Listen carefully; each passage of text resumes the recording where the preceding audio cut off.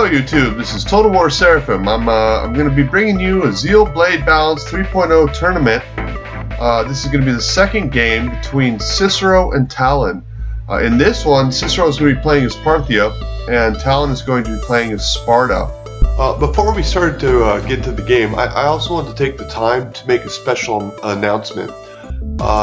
ZEAL, Last Legion of ZEAL, aka the Lonely Legion, aka now of ZEAL, Handsome Lonely Legion, will be hosting a tournament and has asked me to do a bit of advertisement or advertisement. Since he is a good friend, I am more than happy to.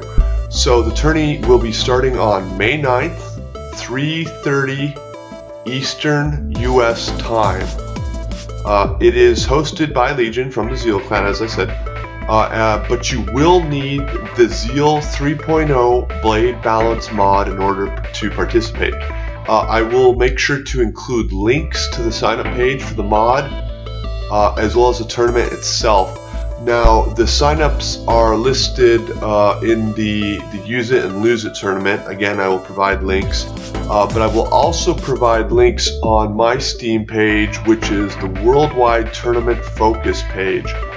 If you are looking for the links, please join the Worldwide Tournament Focus page group so that I can have direct conversations with you. It will also be listed on the Gaius Julius Caesar fan page. So that is my promotion, and I wish you ZEAL players the best, and I hope the rest of you, will jump on and give this mod a shot. It's not entirely too different than Blade Balance. Mostly I've noticed morale difference in the pikes. So now let's jump in this game, huh? Alrighty guys, so let's get into this. I just wanted to point out that in this game, again, I'm just going to repeat it, Cicero is playing as Parthian here, and Talon is going to be playing as Sparta over here.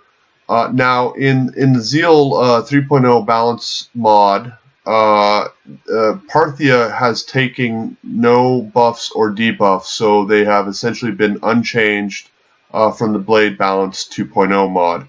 While Sparta, the Perioiki pikes have now a morale of 28, and the Spartan pikes have a morale of 36. So let's go over the armies here, and I should mention again that Parthian here is being played by none other than Cicero, while Talon has taken Sparta. So let's go over the builds here. On the left flank of Cicero, we've got an Eastern Slinger up front, backed up by two Persian hoplites, a Parthian swordsman, and an Eastern cataphract.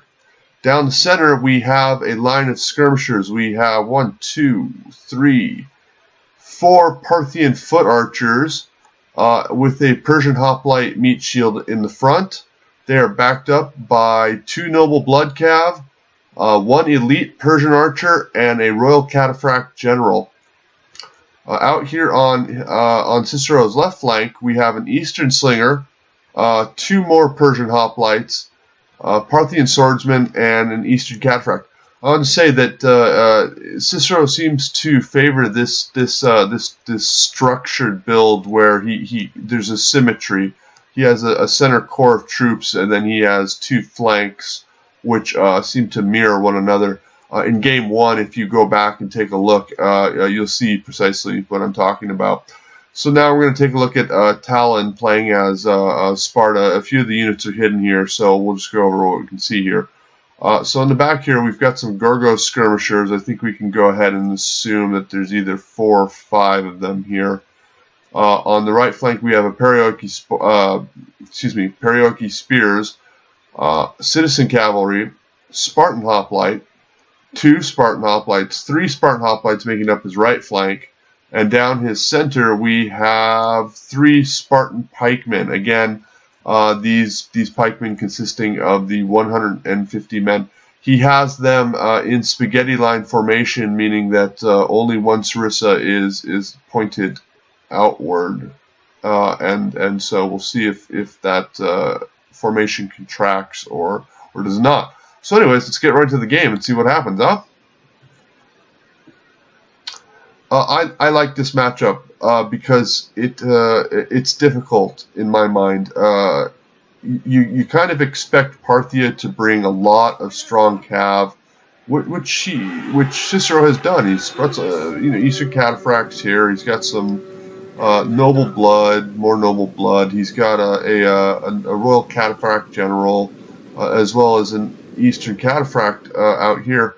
But the Spartan Talon, the Spartan builds favor very strong spears, and as far as hoplites go, there's no match. The Spartan hoplites are definitely going to outdo the Persian hoplites, 2 to 1, 1 to 5 even. Just so as these units are becoming visible, let's take a look. We've got a Periarchy Spear, another Periarchy Spear, some more citizen cavalry, Heroes of Sparta out here on the left flank, something to watch, and another Spartan hoplite. And it does look like that there were only 4 Gorgos skirmishers with the Heroes of Sparta general. And I find this interesting. Talon is moving his entire line from red line to red line here, meaning that he's not going to give Caesar the chance to use his cataphracts or other superior cavalry to move around without meeting some resistance from spears, and that's an interesting strategy. Though in my mind, what Cicero does have going for him is this extreme amount of skirmishers, and you can see that he's forming up here in the middle his skirmishers, and it looks like Talon is going to take this engagement with the skirmishers, though I don't imagine that it would go too favorably with the Gorgos. They can fire quite rapidly, as Lord Maurer has pointed out to me on more than one occasion. But against this arrayment, I just don't see it going well.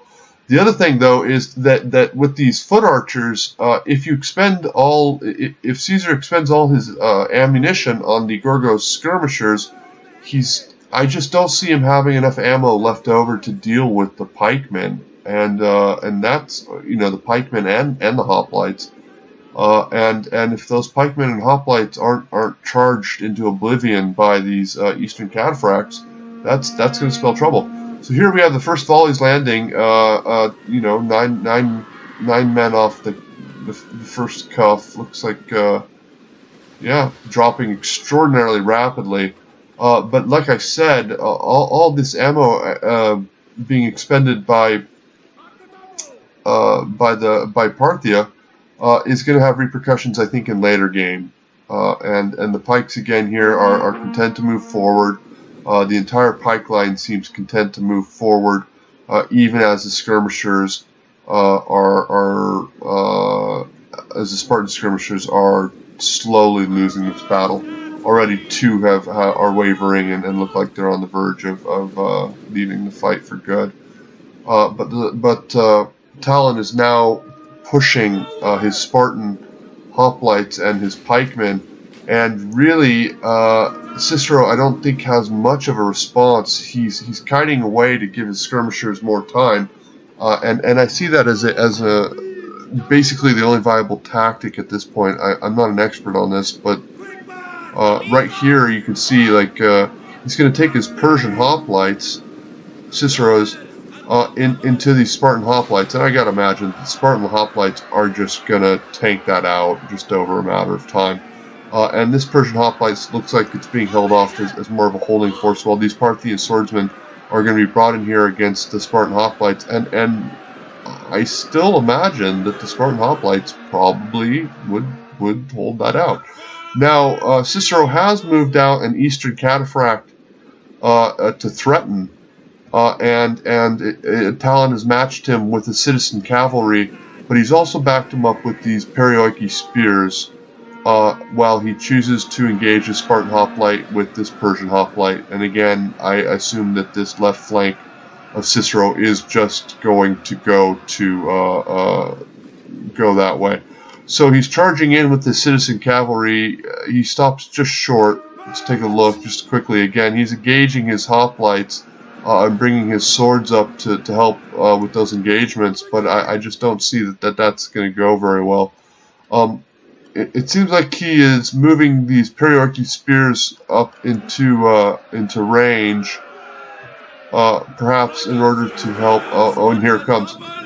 So the Eastern Cataphracts are going to take this charge, and off the charge, they are going to do a massive amount of damage to these citizen cavalry, dropping them extraordinarily quickly.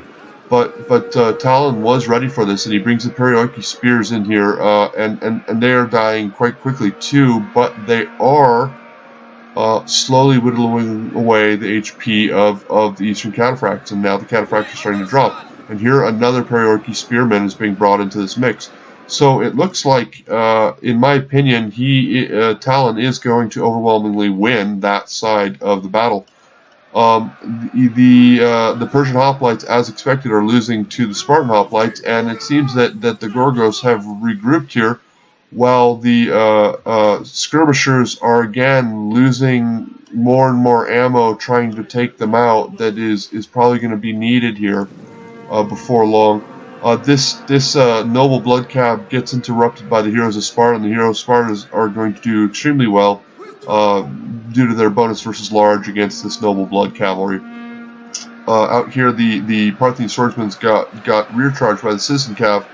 Not a big deal in and of itself, except that they were also up against the Spartan hoplites, who were apparently losing that battle. So what a good move there.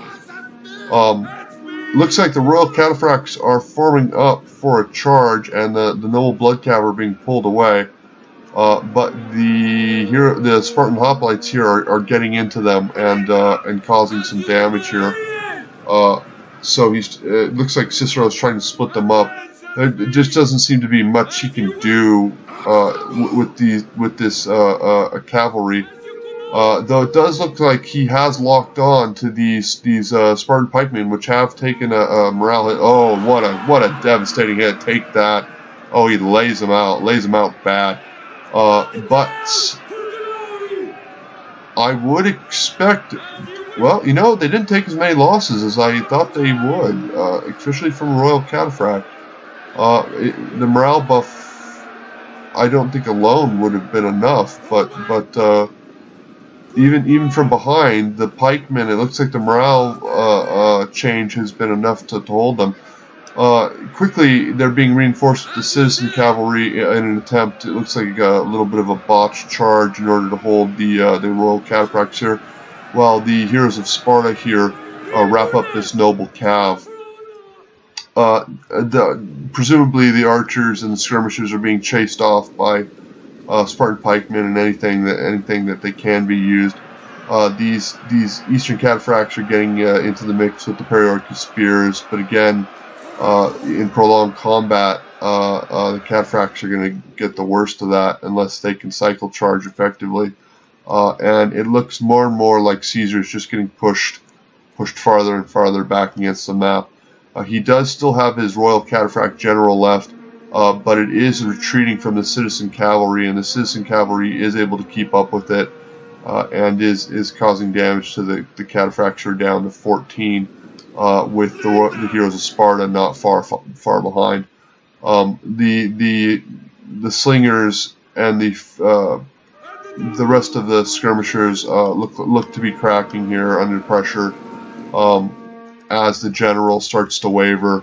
It looks definitely like Talon has taken this game in what, in my mind, has been a great counter pick, and what a great thought went into that pick. So let's take a look at the units and see how they did. Sparta. So actually, you know what? Let's go over Parthia first. Let's go over Cicero's builds. He brought these Royal Cataphracts who got 91 kills, these Eastern Cataphracts which got 44 kills, and these Eastern Cataphracts which got 80 kills. And against what they were arrayed against, I can understand how they got so few kills. But these noble blood cav 6-4 just weren't able to get the rear charges, and unfortunately paid the price for that.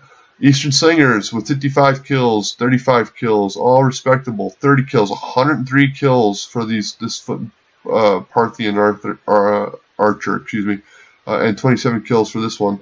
99 kills, 75 kills. So the skirmisher's doing very, very, very well. The Parthian swordsman with 64 kills, 70 kills. The Persian hoplites with 5. 57, 8, 5, 11. Again, Persian hoplites going up against Spartan hoplites. Well, we know how this goes. The heroes of Sparta here only getting 31 kills, but at full strength. 57 kills here, 84 kills, 111 kills, 133 kills. So these Spartan hoplites really doing their job. 84 kills, 180 kills on this Spartan hoplite. Quite impressive for Talon. We have 62 kills, 5 kills, 16 kills on the Gorgos skirmishers, 89 on this one. So the skirmishing engagement went just about as expected. And the Paraorchi spears, which in my mind played a really actually the fundamental role in my mind in this game.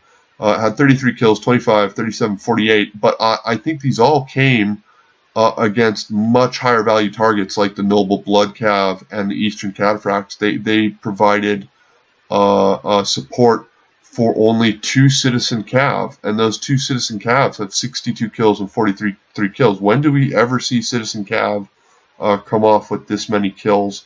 Very rarely, unless they get into soft targets. Spartan pikemen 9 kills, 0 kills, 24 kills. So potentially just a holding force, which really worked well in that he was able to, Talon was able to spread the map and not allow these higher unit cataphracts and noble blood cav to outflank him. So again, I just want to thank both players for playing and for submitting the replays and for allowing me to do the commentary. And I also wanted to say thank you very much to the Zeal clan for responding so efficiently and promptly to the first video. I really do appreciate it, and I really do appreciate producing these videos. Total War Seraphim signing off. Be well.